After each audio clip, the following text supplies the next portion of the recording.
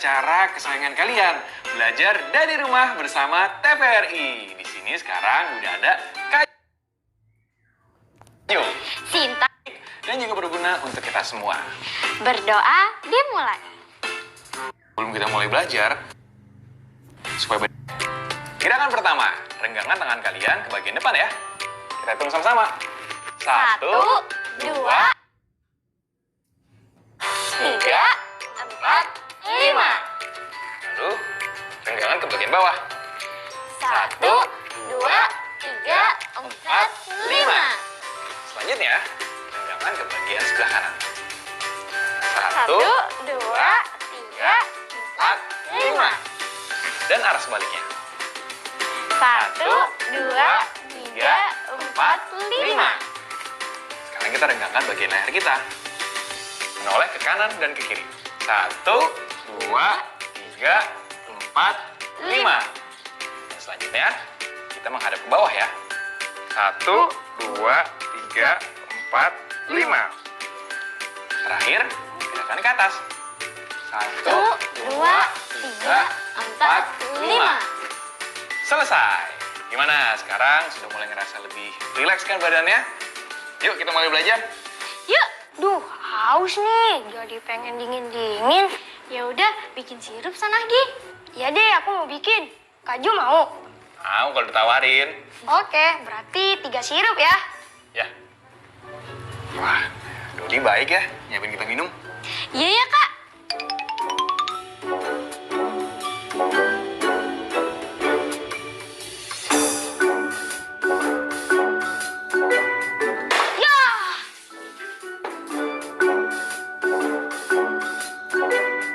Ya ampun, Dot. Kok di lantai banyak air sih? Maaf, Kak. Tadi aku numpahin sirup yang udah aku bikin. Terus, karena tumpahnya di meja, ya udah deh, aku singkirin pakai tangan. Ya, Dot. Kalau misalnya disingkirin pakai tangan, airnya cuma jatuh dari atas meja ke bawah lantai. Habisnya aku bingung, Kak. Mau pakai apa? Bukan dipindahkan, Dot. Kalau ada air yang tumpah, seharusnya dilap. Iya, betul. Sebentar ya. Kalau gitu sekarang Kak Jo cariin lap ya. Nih, ada tisu, Kak. Sebenarnya kalau tisu bisa sih. Tapi untuk genangan air sebanyak ini, sebaiknya jangan pakai tisu. Loh, memangnya kenapa, Kak? Emang tisu nggak bisa ngelap air? Tisu memang bisa menyerap air, tapi untuk genangan air sebanyak ini, kita butuh sesuatu yang lebih bisa menyerap banyak air, seperti kain lap. Nah, yaudah sekarang Kak Jo ambil lapnya dulu ya. Ya, Kak.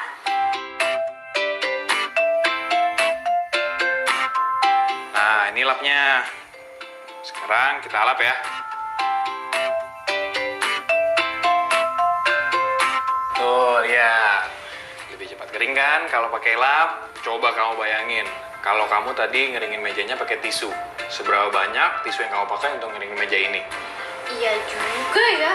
Kalau buat ngelap keringat masih bisa pakai tisu. Tapi kalau untuk ngelap meja yang basah sebaiknya pakai lap meja. Betul. Kalau gitu yang di lantai pakai lap itu aja kan, Kak? Jangan dong, kalau untuk lantai kita pakainya lapel. Nah, karena ini yang jatuh air sirup, pasti nanti lantainya akan lengket. Jadi Kak Jo saranin, coba nanti kamu ambil pembersih lantai ya. Oke, Kak. Sekalian sama yang berisi air dan pembersih lantainya juga ya, Dot? Ya.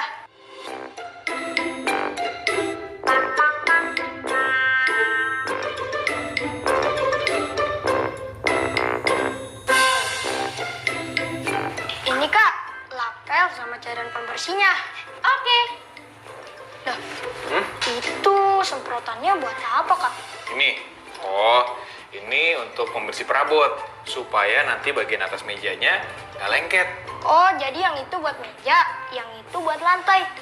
Jadi harus beda gitu ya, Kak? Iya betul, kan setiap benda cair punya kegunaannya masing-masing. Coba nih sekarang Kak Jo tanya ya, kamu waktu lagi mandi pakai apa? Sabun cair, Kak. Tuh, kalau kamu lagi goreng ayam, kamu pakai apa? Minyak dong. Nah, setiap benda cair punya banyak kegunaannya masing-masing. Oh iya, Kak Jo sekarang jadi inget nih sama satu bacaan tentang kegunaan-kegunaan benda cair. Wah, kita masuk ke sesi membatik nih. Iya, membatik. Membaca itu asik. Membatik kali ini adalah membaca terbimbing ya. Jadi teman-teman di rumah ikut membaca dan diharapkan membaca dengan suaranya. Oke. Teman di rumah, sambil nunggu kita beresin ruangan ini, lebih baik kalian catat dulu ya pertanyaan-pertanyaan yang akan dijawab di sesi pertanyaan nanti. Ini dia pertanyaannya.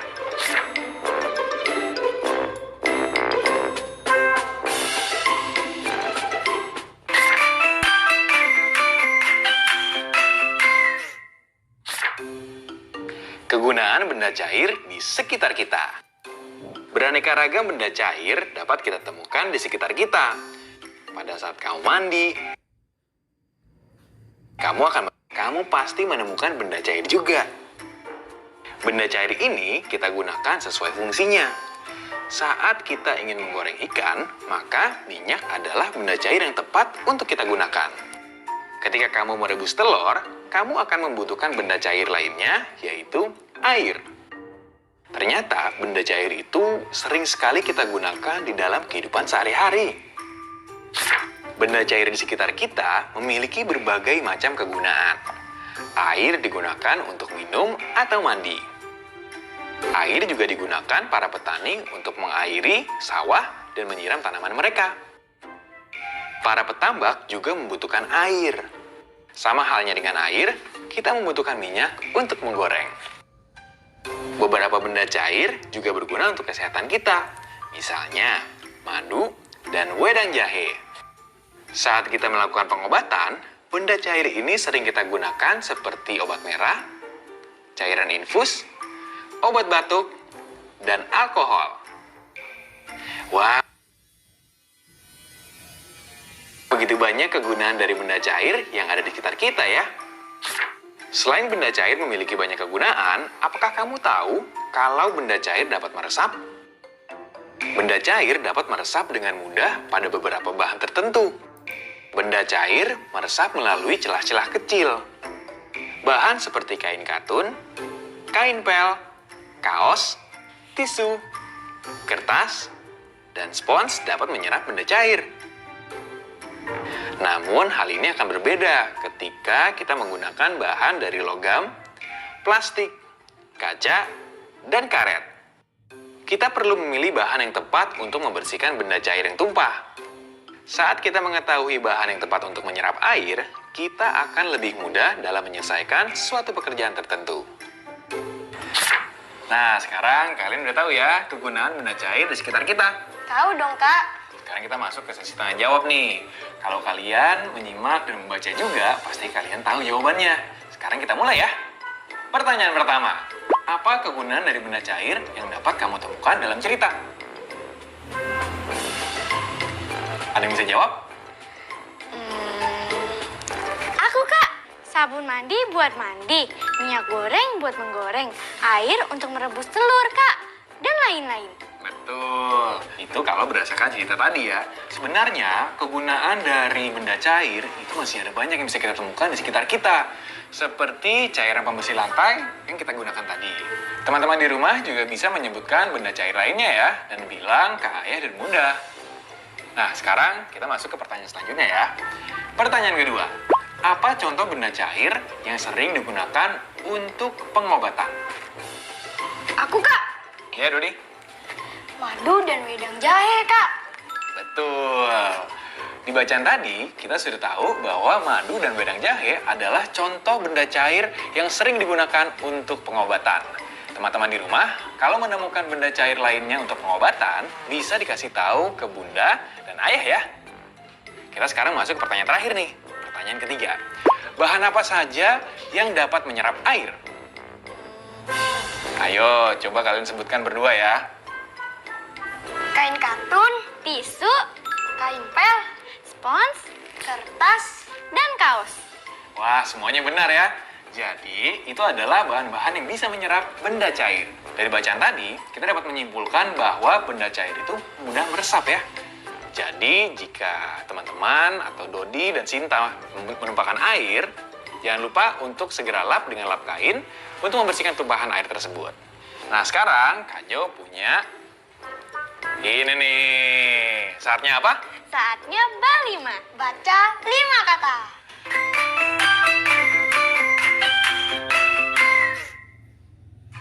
Jangan lupa ya untuk menyebutkan kata-kata yang Kak Jo angkat ini dengan lantang. Teman-teman di rumah, ikutan ya. Yuk. Kasih. Kembali. Dapat. Begitu. Sebagai. Selesai. Yeay!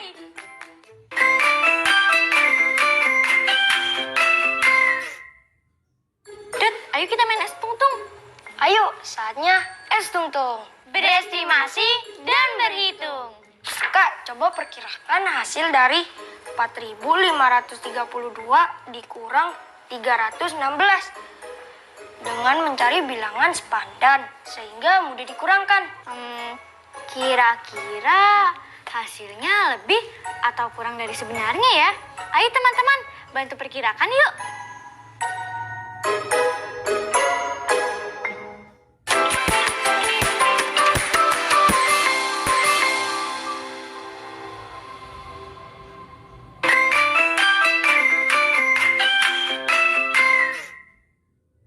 Jadi gimana kak, menurut kakak? Kalau mencari bilangan sepadan, berarti 4.532 menjadi 4.500. 316 menjadi 300. Hasilnya kurang dari hasil sebenarnya, Dot. Bagaimana kakak tahu hasilnya kurang dari sebenarnya? 4.532 menjadi 4.500. Artinya kurang 32. 316 menjadi 300, artinya kurang 16. 32 lebih besar dari 16, jadi hasilnya kurang. Oh gitu. Bagaimana dengan teman-teman di rumah? Perkiraan kalian lebih atau kurang nih?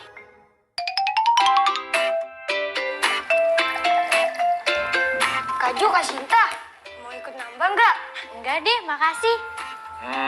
Kak Jo boleh deh, tapi sepertiga gelas aja ya. Hah? Sepertiga? Gimana caranya tahu gelas ini sepertiga, Kak? Oke, berarti kalau gelas ini dibagi 3 bagian sama besar, jadi seberapa? Coba kamu tunjukin ya. Coba Sinta tolong ambilin selotip di sebelah sini sama gunting ya. Iya, Kak. Ini, Kak. Coba Dodi kamu tandain.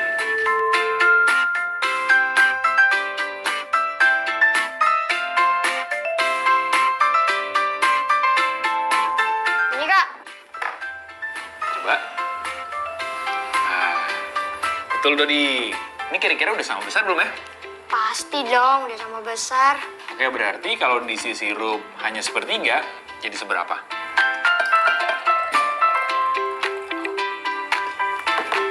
Segini, Kak. Iya, betul. Berarti kesimpulannya apa? Aku bantu jawab ya, Kak. Sepertiga gelas ini adalah satu bagian dari 3 bagian yang sama ukurannya. Betul, Sinta. Sekarang kita akan pakai botol 1 liter yang kita siapkan kemarin ya. Teman-teman di rumah juga siapkan botol 1 liter yang kemarin kita pakai ya. Nah, sekarang kita sudah berhadapan lagi dengan botol 1 liter ini yang sudah ditandai dengan pecahan 1/2 dan 1/4. Sekarang kita akan menentukan nih, kira-kira sepertiga dari botol ini berapa ya? Dodi, kamu kira-kira bisa nggak nih menentukan sepertiga botol ini tanpa menggunakan gelas ukur? Bisa dong, Kak. Oke, gimana caranya? Pertama-tama kita isi botol dengan air hingga penuh. Oke, Kemudian siapkan 3 wadah bening dengan ukuran dan bentuk yang sama. Tuangkan air dari botol ke dalam setiap wadah sama banyak. Nah, 1 wadah ini sudah berisikan sepertiga liter ya teman-teman. Sekarang kita tuangkan kembali air dari salah satu wadah ini ke botolnya.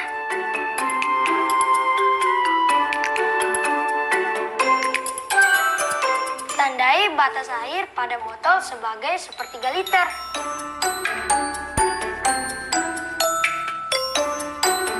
Begini Wah, Dodi keren. Coba sekarang Kak Jo mau kasih percobaan lagi ya. Oke, sekarang coba kalian isi wadah-wadah ini dengan sepertiga liter air.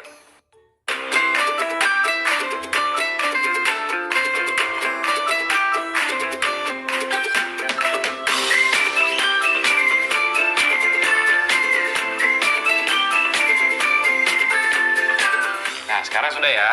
Coba sekarang amati tinggi air di setiap wadah. Apakah tinggi air di setiap wadah sama? Nggak sama, Kak. Betul, berarti kesimpulannya apa? Tinggi air dalam wadah belum tentu sama, Kak. Betul, Sinta. Karena di depan kita ini kan ada wadah yang tinggi, ada yang pipih, juga ada yang bundar. Jadi, walau diisi dengan sepertiga liter yang sama, mereka semua punya tinggi air yang berbeda-beda. Nah, sekarang untuk melatih kemampuan kalian untuk menentukan pecahan sepertiga, Kak Jo mau kasih tebak-tebakan nih buat kalian. Teman-teman di rumah juga kita menjawab ya. Ini akan rebutan, oke? Coba sekarang isi 2 gelas ukur ini dengan sepertiga liter yang ada di depan ini ya.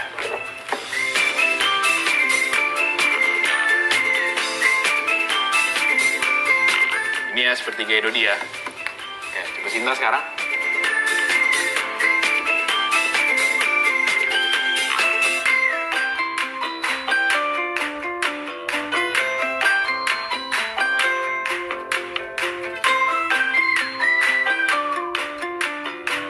Oke, ini menurut Sinta ini sepertiga liter ya.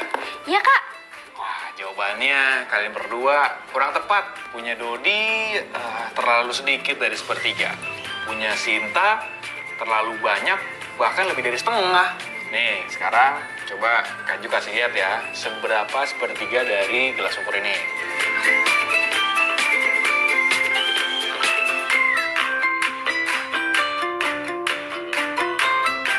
Nah, ini adalah sepertiga dari gelas ukur ini. Coba sekarang kalian tebak lagi ya selanjutnya ya. Coba tebak kira-kira kalau 2/3 liter akan jadi seberapa tinggi dari gelas ukur ini.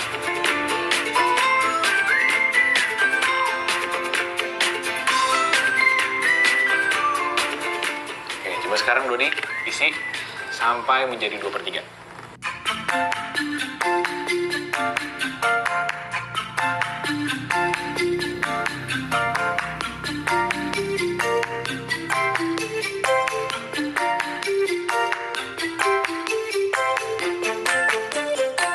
Kalian udah yakin ya dengan ini ya? Ini adalah 2/3 ya? Kalian benar berarti. Hebat. Jadi, 2/3 itu segini ya. Teman-teman di rumah, jawabannya sama seperti Sinta dan Dodi juga. Benar. Oke, sekarang untuk yang selanjutnya, Kak Jo udah siapkan 1 botol yang ukurannya 1 liter ini. Nah, sekarang kira-kira kalau dilihat dari jauh, seberapa banyak air yang ada di dalam botol ini ya? Ada pilihannya. A, sepertiga liter. B, kurang dari sepertiga liter. C, lebih dari sepertiga liter. Itu setengah kan, Kak? Berarti jawabannya C, lebih dari sepertiga liter. Jawabannya lebih dari sepertiga liter. Betul. Nah, sekarang Kak Jo punya 2 wadah nih. Ya. Yang A dan yang B. Nah, perhatikan baik-baik ya. Pertanyaannya, jika setiap wadah ini diisi air sebanyak sepertiga liter, wadah mana yang paling tinggi airnya? Coba Sinta sama Dodi tahu jawabannya? Aku, Kak. Wadah A. Wadah A. Oke, kalau gitu sekarang coba kita buktikan ya. Kira-kira betul atau enggak nih. Yang lebih tinggi yang A. Coba Sinta tolong ambilin botol yang tadi. Nih, Kak. Kita ukur sepertiga ya.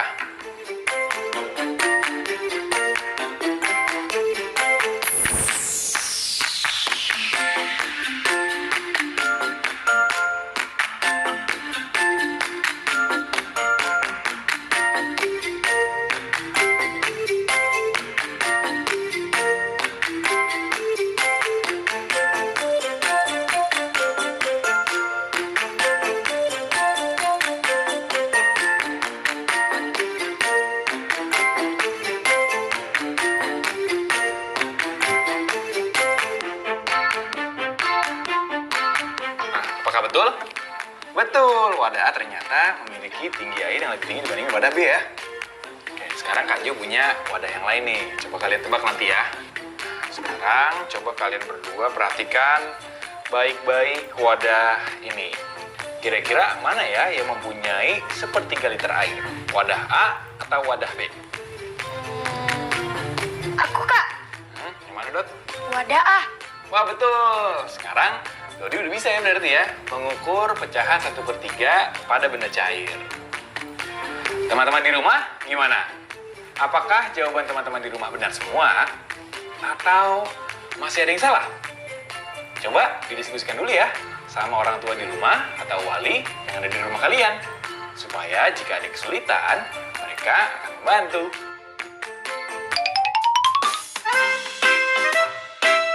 Dodi, Sinta, apa saja yang sudah kalian pelajari hari ini? Aku belajar tentang benda cair di sekitar kita dan juga sifatnya yang mudah meresap, Kak. Kalau aku belajar menentukan pecahan 1/3 pada volume air, Kak. Wah, hebat. Berarti kalian sudah mulai paham ya? Teman-teman di rumah juga sudah mulai paham kan? Jika ada yang kurang paham, bisa langsung ditanyakan dan didiskusikan bersama orang tua atau wali di rumah ya. Kak Jo yakin, dengan kalian sering bertanya dan juga sering berlatih, akan lebih mudah untuk kita belajar dan memahami sesuatu. Baiklah teman-teman, sampai di sini dulu ya perjumpaan kita. Kita lanjut lagi besok. Sampai jumpa. Sampai jumpa. Sekarang mau nyanyi lagu apa nih? Nama